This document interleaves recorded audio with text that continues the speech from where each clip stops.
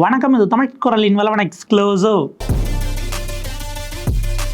மோடிக்கு எதிராக வேகமாக கூடியிருக்கிறது உச்சநீதிமன்றத்தினுடைய 5 நீதிபதிகள் அமர்வு.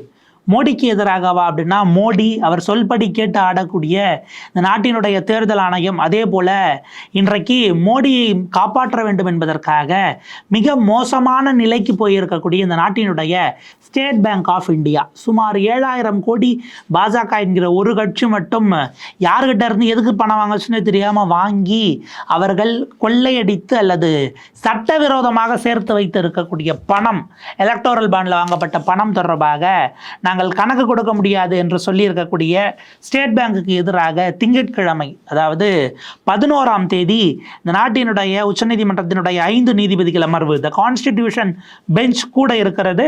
மிக முக்கியமான பல விஷயங்கள், குறிப்பாக இன்றைக்கு இருக்கக்கூடிய தேர்தல் ஆணையம், அதே போல் எஸ்பிஐயின் மீது நீதிமன்ற அவமதிப்பு வழக்கு கண்டெம்ட் எடுக்க வேண்டும் என்றும் பலவிதமான விஷயங்கள் கூடியிருக்கிறது. பரபரப்பான ஒரு சூழலில் உச்சநீதிமன்றம் தன்னுடைய மிக முக்கியமான அதிகாரம் செக்ஷன் 142 அந்த அதிகாரத்தை மட்டும் ஒருவேளை சந்திரசூட் தலைமையிலான அமர்வு எடுத்துவிட்டால் மோடி அரசு அதற்கு பிறகு தப்பிக்கவே முடியாது என்கிற விஷயங்கள் தான் இன்றைக்கு முக்கியமான ஒரு செய்தியாக மாறி இருக்கிறது. பரபரப்பான ஒரு விஷயம். காரணம், மோடி அரசுக்கு திரும்ப 3வது முறையாக இந்த நாட்டினுடைய கான்ஸ்டியூஷன் பெஞ்சை மீற முயற்சி செய்து இந்த முறை அவர்கள் எசகு பிசகாக மாட்டியிருக்கிறார்கள். இதனுடைய பின்னணி என்ன, அரசியல் என்ன, அத்தனை விஷயங்களையும் விரிவாக விளக்குகிறது இந்த தமிழ் குரலின் வளவன் எக்ஸ்க்ளூசிவ் செய்தி தொகுப்பு. எலக்டோரல் பாண்ட் அப்படின்னுட்டு தேர்தல் பத்திரங்கள் என்று இந்த நாட்டினுடைய சுதந்திர இந்திய வரலாற்றில் மிகப்பெரிய சட்டப்பூர்வமாக்கப்பட்ட ஊழல் என்று சொன்னால் நாம் மிக நிச்சயமாக இதை சொல்ல வேண்டும். கடந்த கிட்டத்தட்ட ஒரு 5 ஆண்டுகளில் மட்டும் பாஜக என்கிற தனி கட்சி சுமார் 6700 கோடி வரைக்கும், 7000 கோடி வரைக்கும் வசூல் பண்ணியிருக்கிறாங்க. யார்கிட்ட வசூல் பண்ணாங்க தெரியாதுன்னா என்ன, மக்கள் கேட்டால் சொல்ல மாட்டோம், எங்களுக்கு தெரியும், கவர்மெண்ட்டாக நாங்கள் அதை வாங்கிப்போம், அப்படி வாங்கி வச்சுக்கிட்டு அந்த பணத்தை எதுக்கு வேணாலும் பயன்படுத்துவோம். இப்போ நாங்கள் கவர்மெண்ட்டுங்கிறதுனால எந்த கட்சிக்கு யார் காசு கொடுக்குறாங்கிறதும் எங்களுக்கு தெரியும். அது அப்படி கொடுக்குறவர்கள், எங்களுக்கு பணம் கொடுக்குறவர்களுக்கு நாங்கள் எந்த ப்ராஜெக்ட்டும் எடுத்து கொடுப்போம் அப்படின்னுட்டு ஊழலை குவிட் ப்ரோகோ அப்படின்னுட்டு ஒரு முறையின்படி எல்லா கட்டருந்தும் காசு வாங்கினாங்க அப்படிங்கிறத பார்க்குறோம். உச்சநீதிமன்றம் மிக ஆவேசமாக சொன்னது இது முழுக்க சட்டவிரோதம்னு. அத்தனை சட்ட திருத்தங்களையும் கிட்டத்தட்ட 3-4 சட்டங்களில் திருத்தி இந்த திட்டத்தை கொண்டு வந்தாங்க. இதை திருட்டுத்தனமாக பணம் வாங்கக்கூடிய கட்சிகள் வாங்கக்கூடிய வேலையை கொண்டு வந்தாங்க. 5 நீதிபதிகள் அமர்வு ஒரே போடா போட்டுச்சு. 5 நீதிபதிகளும் ஒரே தீர்ப்பை கொடுத்தார்கள். இது செல்லாது, யார் உனக்கு பணம் கொடுத்தா, எவ்வளோ பணம் கொடுத்தாங்கிற விவரத்தை நீங்கள் பார்த்தீங்க அப்படின்னா அடுத்த 30 நாள் 45 நாள் டைம் கொடுத்தாங்க. இதற்குள்ளாக மொத்தத்தையும் வெளியிடணும் அப்படின்னு அனுப்பினாங்க. இப்போ மிகப்பெரிய அடி மோடி கவர்மெண்ட்டில் தொடங்கி நிதியமைச்சகம், நான் எஸ்பிஐ என்னும்போது நிதியமைச்சகம் நிர்மலா சீதாராமன் தான் அதுக்கு அமைச்சர். ஸ்டேட் பேங்க் ஆஃப் இந்தியா தான் இந்த பாண்டு பத்திரத்தை விற்றாங்க, எலக்டோரல் பாண்டை விற்றுக்கிட்டு இருந்தாங்க. இப்போ இதெல்லாம் அறிவிச்சு வெளியில் விடணும்னு ஒரு டேட்டை கொடுத்தா எஸ்பிஐ போய் தாக்கல் பண்ணுது.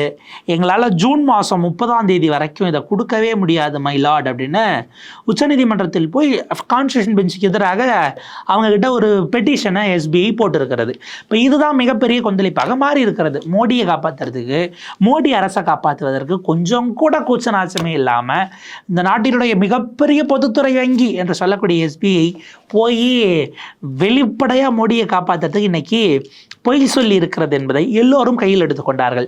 எஸ்பிஐ ஏன்லாம் பொய் சொல்லுது அப்படிங்கிறத இப்போ நம்ம பார்க்கலாம். இப்போ மோடி கவர்மெண்ட் 6500 கோடி ரூபா யார்கிட்ட வாங்குச்சுன்னு தெரிஞ்சால் உடனே என்ன நடக்கும்? அந்த மோடிக்கு இத்தனை 1000 கோடி கொடுத்த இந்த கம்பெனி, அந்த கம்பெனிக்கு மோடி கவர்மெண்ட் என்ன கான்ட்ராக்ட் கொடுத்தாங்க அப்படிங்கிறத லிஸ்ட்டு போட்டு, இன்றைக்கு இருக்கக்கூடிய டெக்னாலஜியை வச்சு நம்ம பார்க்கும்போது ஆர்டிஃபிஷியல் இன்டெலிஜென்ஸ் வரைக்கும் வந்துருச்சு. ஏற்கனவே டெவலப் ஆகிருந்த பலவிதமான நம்மளுடைய அடுத்த கட்ட டெக்னாலஜியை வச்சு நீங்கள் வெறும் லிஸ்ட்டை மட்டும் கொடுத்தா போதும், அவங்களுக்கு என்ன கான்ட்ராக்ட் எப்போ போச்சு, எந்த தேதிக்கு போச்சு, எவ்வளோ கோடி சாங்ஷன் ஆச்சுங்கிறதெல்லாம் நமக்கு உடனடியாக வரல் நொடியில் நமக்கு மேப் பண்ணி பார்த்து அடுத்த 1/2 மணி நேரத்துக்குள்ளே எல்லாரும் தூக்கி போட்டுருவாங்க. அப்போ இந்த விஷயம் வெளியில் வந்தால் நாடு முழுக்க போய் சேரும். மோடி தனக்கு வேண்டப்பட்ட கார்ப்பரேட்டுகளுக்கு அவர்களுக்கு ஆகவே இப்படிப்பட்ட ஒரு பித்தலாட்டத்தை, அதாவது முன்னெல்லாம் இந்த லஞ்சம் கொடுக்கறது அப்படின்னா ஒரு காலத்தில் என்ன பண்ணுவாங்க, டேபிள் அப்படியே திறந்து அவங்க கை நீட்டி வாங்க மாட்டாங்களாம், உள்ளே போட்டு போம்பாங்க. அப்புறம் ஆஃபீஸ்க்குள்ளே பிரச்சனைகள் வருது, மருந்து தடவை கொடுத்து பிடிக்கிறாங்கன்னும் போது என்ன பண்ணுவாங்கன்னா, ஆஃபீஸ்க்குள்ளே கொடுக்காம வெளியில் ஒரு இடத்துல கொடு அப்படின்னு அந்த லஞ்சத்தை கேட்பாங்க.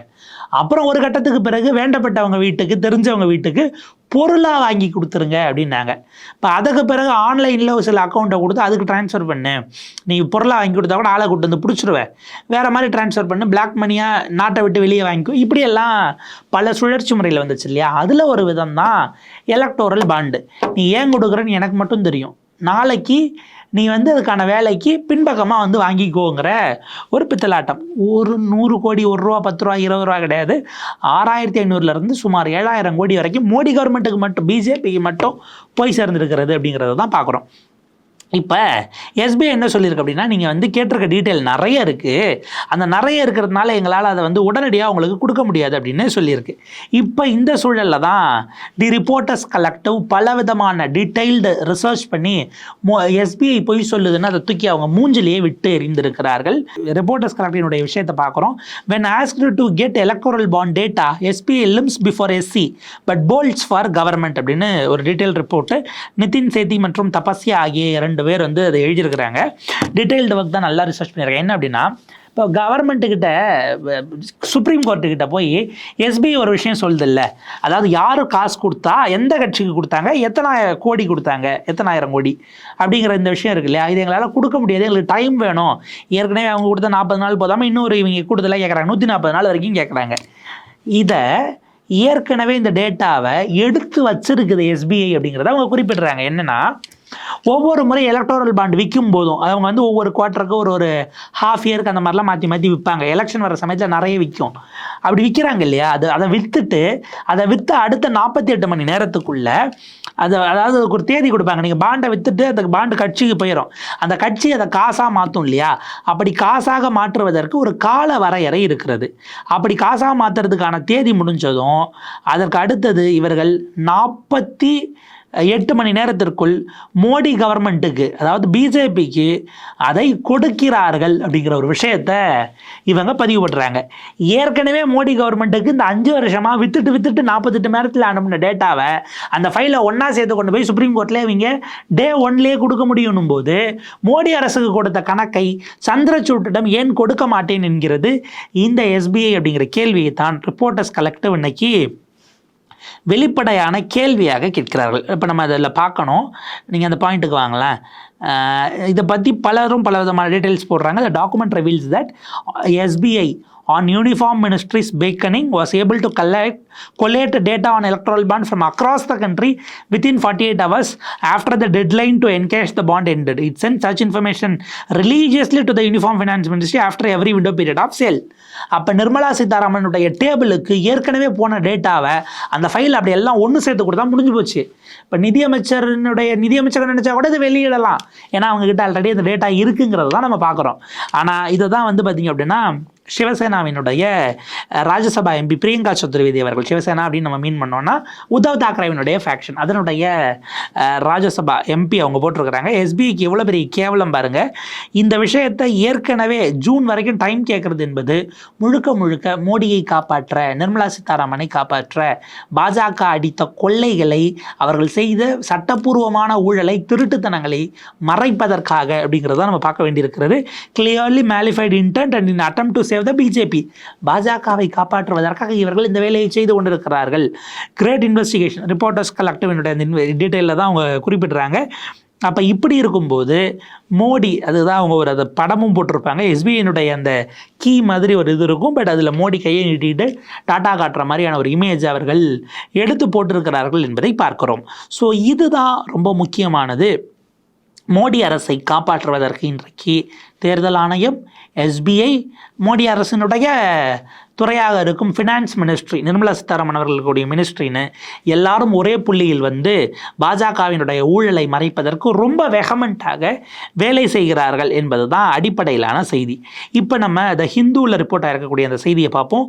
Electoral bond case 5 judge bench to hold special sitting on SBI plea for more time அப்படிங்கிறது தான் நம்ம பார்க்குறோம். அப்போ 5 நீதிபதிகள் அமர்வு, ஜஸ்டிஸ் சந்திரசூட் அவர்கள் தலைமையில் இந்த தீர்ப்பை யார் கொடுத்தார்களோ அதே 5 நீதிபதிகள் அமர்வு உட்கார போகிறது. என்ன சொல்ல போகிறது உச்சநீதிமன்றம் அப்படிங்கிற கேள்வி தான் இப்போ எழுந்திருக்கிறது. இதில் வந்து பார்த்திங்க அப்படின்னா ஏடிஆர் என்று சொல்லக்கூடிய ஒரு என்ஜிஓ அவர்கள் வந்து இந்த டெமோக்ராட்டிக் ரிஃபார்ம்ஸ்க்காக அசோசியேஷன் ஆஃப் டெமோக்ராட்டிக் ரிஃபார்ம்ஸ் அப்படின்னு ஞாபகம், சப்ஜெக்ட் டு கரெக்ஷன் அதனுடைய எக்ஸ்பேன்ஷன் அப்படிங்கிறது ஏடிஆருங்கிறது.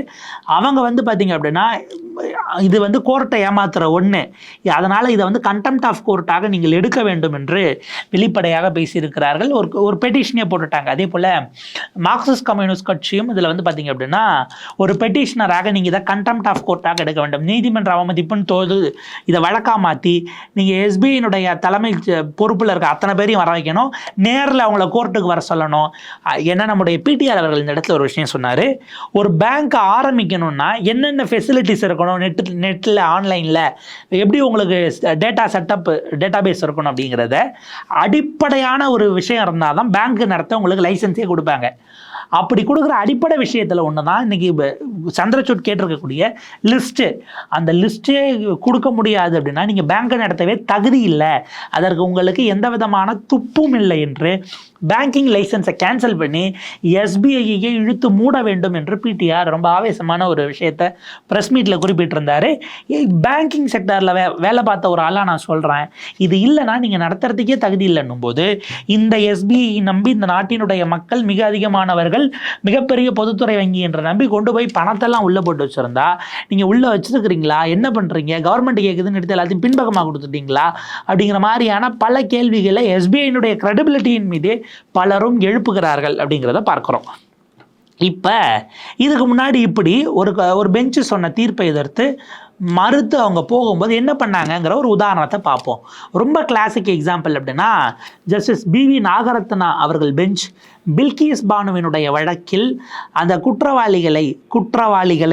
நிரூபிக்கப்பட்ட குற்றவாளிகளை முன்கூட்டியே விடுதலை செய்தது தவறு அப்படின்னு ஒரு வரலாற்று சிறப்புமிக்க தீர்ப்பை கொடுத்தார்கள். அவங்க கொடுத்துட்டு இந்த தேதிக்குள்ள இந்த குற்றவாளிகள் அத்தனை பேரும் சரண்டர் ஆகணும் அப்படின்னு ஜஸ்டிஸ் பிவி நாகரத்னா சொன்னாங்க. அவங்க அப்படி சொன்னபோது குற்றவாளிகள் தரப்பிலிருந்து என்ன சொன்னாங்கன்னா, எல்லாரும் ஒரு காரணத்தை சொல்லி நாங்கள் வந்து இதனால் வர முடியல, எங்கள் அப்பா அம்மாவுக்கு உடம்பு சரியில்லை, பையனுக்கு கல்யாணம் இருக்குது, எனக்கு ஆப்ரேஷன் பண்ணணும் இப்படின்னு பல பேர் காரணத்தை சொன்னாங்க. ஒருத்தவரோ 2 பேரோ தவிர மீதி அத்தனை பேர் அந்த காரணத்தை சொன்னாங்க, ஆளுக்கு ஒரு காரணம். இந்த கேஸ் திரும்ப நாகரத்னா பெஞ்சுக்கிட்டேன்னா அவங்க அந்த பெஞ்சுக்கிட்டே மறுபடியும் போது அவர் உறுதியாக சொன்னார், இது எதுவுமே நம்புற மாதிரி இல்லை, நீங்கள் வந்து ஏமாத்த பார்க்குறீங்க, ஒழுங்காக சொன்ன டேட்டுக்குள்ளே அத்தனை பேரும் ஜெயிலுக்கு போகணும், இல்லைன்னா நடவடிக்கை எடுக்கப்படும் என்று சொன்னவுடன் அந்த சொன்ன தேதி முடிகிறதுக்குள்ள நைட்டு 11:30 மணிக்கு, ஏன்னா அடுத்த நாள் விடிஞ்சிருச்சுன்னா அந்த அன்னையோட சரண்டர் ஆனோம், நைட்டு 11:30 மணிக்கு குற்றவாளிகள் அத்தனை பேரும் போய் திரும்ப நீதிமன்றத்துக்குள்ள அதாவது ஜெயிலுக்கு போய் சரண்டர் ஆகிட்டு உள்ளே போயிட்டாங்க அப்படிங்கிற ஒரு விஷயம் இப்போ சமீபத்தில் 2-3 மாதங்களுக்கு முன்பாகத்தான் நடந்தது, ஜனவரியில் நடந்தது. அப்போ அப்படி பார்க்கும் பொழுது அந்த பெஞ்ச் அதை திரும்ப ரிவ்யூ பண்ணுமானா அதுக்கான பாசிபிலிட்டி மிக மிக குறைவு. இந்த இடத்தில் தான் சந்திரசூட் கையில் இருக்கக்கூடிய ஆயுதமாக நாம் பார்க்க வேண்டியது செக்ஷன் 142 இந்திய அரசமைப்பு சட்டம். அதனுடைய சட்ட விதிகளின்படி 142வது ஆர்டிகல் அப்படிங்கிறது உச்சநீதிமன்றத்திற்கு ஒரு மிகப்பெரிய அதிகாரத்தை கொடுத்திருக்கிறது. என்ன அந்த அதிகாரம்? சில வழக்குகளில் அதில் எக்ஸிஸ்டிங் சட்டத்தை தாண்டி பல நேரங்களில் அது சரியாக அந்த முறையில் போகலை, வழக்கு விசாரணை தாண்டின விஷயங்கள் போகல அப்படின்னா நீதியை நிலைநாட்டுவதற்காக உச்சநீதிமன்றம் எந்த எல்லைக்கும் போய் நீதியை நிலைநாட்டலாம் அப்படின்னு செக்ஷன் 142 சொல்லியிருக்கு. இந்த 142 என்கிற செக்ஷனை பயன்படுத்தி ஜஸ்டிஸ் சந்திரசூட் தலைமையிலான 3 நீதிபதிகள் அமர்வு சண்டிகர் தேர்தலில் நேரடியாக எலெக்ஷன் நடத்திய அதிகாரி அந்த தேர்தலில் வாக்குச்சீட்டை செல்லாததுன்னு மாற்றி பிஜேபி ஜெயிக்க வச்சதை அதை தூக்கி ஓரம் போட்டுட்டு அந்த முடிவு செல்லாதுன்னு அறிவிச்சுட்டு உச்சநீதிமன்றம் தானாக அறிவித்தது இந்த தேர்தலில் வெற்றி பெற்றது ஆம் ஆத்மி காங்கிரஸ் வேட்பாளர்னு. திரும்ப தேர்தல் வைங்கன்னு சொல்லலை, திரும்ப அந்த வாக்குகளை என்னன்னு என்றதுக்கு ஆள் போடுங்கன்னு சொல்லலை, நாங்கள் இங்கேயே அறிவிக்கிறோம், எங்களுக்கு இருக்கக்கூடிய உச்சபட்ச அதிகாரமான செக்ஷன் 142 இன்வோக் பண்ணி நாங்கள் அறிவிக்கிறோம் என்று சொல்லி இந்த நாட்டினுடைய உச்சநீதிமன்றம் சொன்னது. நாங்கள் முடிவை மாற்றி அறிவிக்கிறோம், இவர் வெற்றி பெற்றார்னு சொல்லிச்சு. இதே உச்சநீதிமன்றம் இதற்கு முன்பாக இதை எங்கே பயன்படுத்துச்சு அப்படின்னா நம்முடைய ஆளுநர் ரவீந்திர நாராயண ரவி பேரறிவாளனுடைய விடுதலை, மற்ற 6 விடுதலை, ராஜீவினுடைய முன்னாள் பிரதமர் ராஜீவ்காந்தியினுடைய கொலையில் தண்டிக்கப்பட்டவர்கள், அந்த குற்றவாளிகளாக தண்டிக்கப்பட்டவர்களுடைய அந்த ரொம்ப நாள் அவர்கள் முடிந்தும் கூட தண்டனை காலம் முடிந்தும் விடுதலை செய்யப்படாத அந்த விவகாரத்தில் 7 விடுதலையிலும் இதே செக்ஷன் 142 இன்வோக் பண்ணுச்சு. இப்படி நீங்கள் செக்ஷன் 142 இன்வோக் பண்ணால் இப்படி வரும் பொழுது ஆளக்கூடிய அரசால் எதுவுமே செய்ய முடியாது அப்படிங்கிறது தான். அந்த அரசு சரியாக நடந்து கொள்ளாத பட்சத்தில் இவர்கள் அதை எடுக்கும்போது உச்சநீதிமன்றத்தினுடைய கடைசி வெப்பன் தான் இந்த செக்ஷன் 142. கவர்னருக்கு எதிராக பயன்படுத்தி கவர்னரால் ஒன்றும் செய்ய முடியல. சண்டிகரில் ஆம் ஆத்மி இதனுடைய கவுன்சிலர்ஸ் இவங்க விலைக்கு வாங்கினாலும் கூட நான் சொல்கிறது தான் இதுதான் முடிவுன்னு அந்த இடத்துல ஆம் ஆத்மியினுடைய சேர்ந்தவரை மேயராக அறிவித்தார்கள் இல்லையா? இந்த வெப்பனை கையில் எடுத்து எஸ்பிஐக்கு எதிராக பயன்படுத்தினால் மோடி, அவருடைய அரசு, நிதியமைச்சர் நிர்மலா சீதாராமன், அவர் கீழே இருக்கக்கூடிய நிதி அமைச்சகம், ஸ்டேட் பேங்க் ஆஃப் இந்தியா, இந்த ஸ்டேட் பேங்க் ஆஃப் இந்தியாவிலிருந்து எலெக்ஷன் கமிஷன் தான் வாங்கியிருந்திருக்கணும். இவர்கள் அத்தனை பேரும் இன்றைக்கு உச்சநீதிமன்றத்தின் முன்னால் கை கட்டி நிற்க வேண்டிய இடத்திற்கு வந்திருக்கிறார்கள். திங்கட்கிழமை இந்த வழக்கு விசாரணை என்பது படு ஜோராக இருக்க போகிறது. உச்சநீதிமன்றம் இன்றைக்கு நீதியை நிலைநாட்ட போகிறதா என்கிற கேள்விதான் ரொம்ப பரந்துபட்ட ஒரு கேள்வியாக எழுந்திருக்கிறது அப்படிங்கிறத பார்க்குறோம். நீதிமன்றம் இதை அவர்களுக்கு விடுக்கப்பட்டிருக்கக்கூடிய சவாலாக கருத வேண்டும். ஏனென்றால் எஸ்பிஐ வெளிப்படையாக பச்சையாக பொய் பேசி இருக்கிறது அப்படிங்கிறது தான் நம்ம இந்த குறிப்பிட்ட விஷயங்களிலிருந்து பார்க்குறோம். த பிரிண்ட் குறிப்பிட்டிருக்கிறாங்க. இந்த மாதிரியான விஷயங்கள் இருக்கு இல்லையா, அதாவது இப்படி உங்களுக்கு கூடுதல் டைம் வேணால் நீங்கள் பேங்க் நடத்தவே துப்பு இல்லைன்னா உங்கள் லைசன்ஸையே கேன்சல் பண்ணணுங்கிற மாதிரியான கொந்தளிப்பு என்பது இன்றைக்கு சமூக வலைதளங்களில் தொடங்கி எல்லாருக்கும் எழுந்திருக்கிறது. அண்ணாமலை போன்றவர்கள்ட்டெல்லாம் நம்ம கேட்டோம் அப்படின்னா அவர் வளைச்சு கதை சொல்லிக்கிட்டு இருக்கிறாரு. அவர் என்ன சொல்கிறாரு அப்படின்னா, நாங்கள் 6500 கோடி வாங்கினோம், திமுக 1000 கோடி வாங்கியிருக்கு, நாங்கள் வாங்கின 6500 கோடிங்கிறது எங்களுக்கு வந்ததில் 58%, திமுக வாங்கினதில் பார்த்திங்கன்னா 95%. அவர் பாட்டுக்கு இந்த வாய்க்குள்ள பர்சன்டேஜ் கணக்கு சொல்லி ஊரை ஏமாத்துற வேலையை திரும்ப செஞ்சுட்டு இருக்கிறது. ரிப்பீட்டடாக பொய் பேசக்கூடியதாக, திரித்து பேசக்கூடியதாக இருக்கிறது அப்படிங்கிறத பார்க்குறோம். உச்சநீதிமன்றம் எந்த விதமான குறைந்தபட்ச டைம் பாசிங் டாக்டிக்ஸ், ஏனென்றால் இந்த வழக்கில் உச்சநீதிமன்றத்துக்கு 3வது முறையாக மோடி அரசு சவால் விட்டிருக்கிறது என்பது முதல் செய்தி. நல்லா கவனிச்சுக்கோங்க. ஏற்கனவே ஒரு கான்ஸ்டியூஷன் பெஞ்ச் கொடுத்த தீர்ப்பு என்பது தேர்தல் ஆணையராய் தேர்ந்தெடுக்கக்கூடிய குழுவில் பேலன்ஸ்டாக இருக்கணும், அதாவது நடுநிலையோடு இருக்கணும். அதனால் பிரதமரை போட்டுக்கோங்க, எதிர்கட்சி தலைவரை போட்டுக்கோங்க, 3வது ஆளாக இந்த நாட்டினுடைய உச்சநீதிமன்ற தலைமை நீதிபதியை போடுங்கன்னு ஒரு பெஞ்சு சொன்னால், அதற்கு மாறாக அதை எதிர்த்து மோடி எதிர்கட்சி தலைவர், 3வதாக மோடி நியமிக்கக்கூடிய ஒரு அமைச்சர் அப்படின்னு அமித்ஷாவை நியமிச்சிட்டாங்க.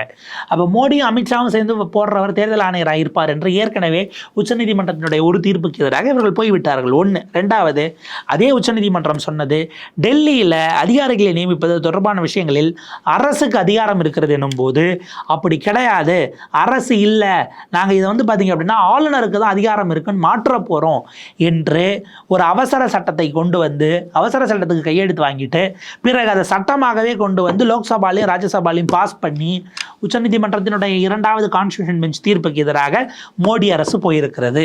3வதாக அதே போல இப்போது வந்திருக்கக்கூடிய இந்த எலக்டோரல் பாண்ட் என்கிற இந்த ஊழல் வழக்கு தொடர்பான விவகாரத்தில் இவர்கள் எந்த எல்லைக்கு வந்திருக்கிறார்கள் என்றால் இந்த எல்லைக்கு தான் வந்திருக்கிறார்கள்.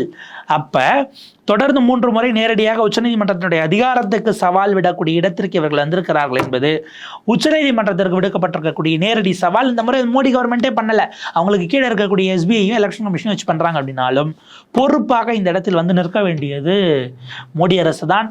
அரசு ஏனென்றால் ஏற்கனவே இந்த டேட்டாவை அக்சஸ் பண்ணுற இடத்துல இருந்திருக்கிறாங்க. 1, அந்த யாருக்கெல்லாம் அவர்கள் எத்தனை லட்சம் கோடியை தள்ளுபடி பண்ணியிருக்கிறாங்கிறத மக்களுக்கு தெரிந்தால்தான் மோடிகா பரிவார், மோடியினுடைய குடும்பம் என்று இவர்கள் பெருமை மிக்கதாக பேசிக்கொள்கிறார்களே, அதில் எத்தனை கார்ப்பரேட் பெருமுதலாளிகள் இருக்கிறார்கள். அம்பானியினுடைய மகன் அவனுடைய திருமணத்திற்கு முந்தைய கொண்டாட்டம், ப்ரீ வெட்டிங் செலிப்ரேஷனுக்கு 10 நாள் உங்களுக்கு ஒரு ஜாம்நகர் ஏர்போர்ட் இன்டர்நேஷனல் ஏர்போர்ட்டாக மாற்ற முடியும் என்று சொன்னால் அதே சலுகையை தான் இந்த நாட்டினுடைய அத்தனை சாமானிய மக்களுக்கும் இந்த அரசு கொடுத்திருக்கிறதா? இது யாருக்கான அரசு? உங்கள் பரிவாரில் முழுக்க நிறைந்திருப்பது யார் என்கிற கேள்விக்கான பதில் இன்னமும் பதிலளிக்கப்படாமலே இருக்கிறது. அதற்கு மோடி அரசில் தொடங்கி அத்தனை பேரும் பதில் சொல்ல வேண்டும். உச்சநீதிமன்றம் மிக கடுமையாக சட்டத்திற்கு உட்பட்டு அரசுக்கு உரிய பாடத்தை கற்பிக்கப்பட வேண்டும். தேவை ஏற்பட்டால் செக்ஷன் 142 இன்வோக் பண்ணி சந்திரசூட் அவர்கள் மிக சரியான டைரக்ஷன்ஸை கொடுப்பார் அப்படிங்கிறத ஒரு நம்பிக்கை இருக்கிறது. பட் உச்சநீதிமன்றம் அது திரும்ப பல நேரங்களில் கேட்டாண்ட வாளாகத்தான் இருக்கிறது, மதில் மேல் பூனையாகத்தான் இருக்கிறது.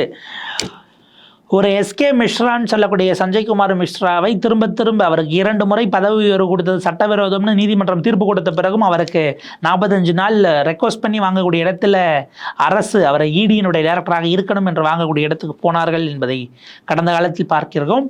நீதிமன்றம் மக்களுக்கான குரலாக மக்களுடைய நம்பிக்கையை பிரதிபலிக்கிறதா என்பதை திங்கட்கிழமை நமக்கு மதியத்துக்குள்ள தெரிந்துடும். அதனுடைய அப்டேட்ஸோட நம்ம திரும்பவும் சந்திக்கலாம். தொடர்ந்து இணைந்திருங்கள் தமிழ் குரலோடு. நன்றி, வணக்கம்.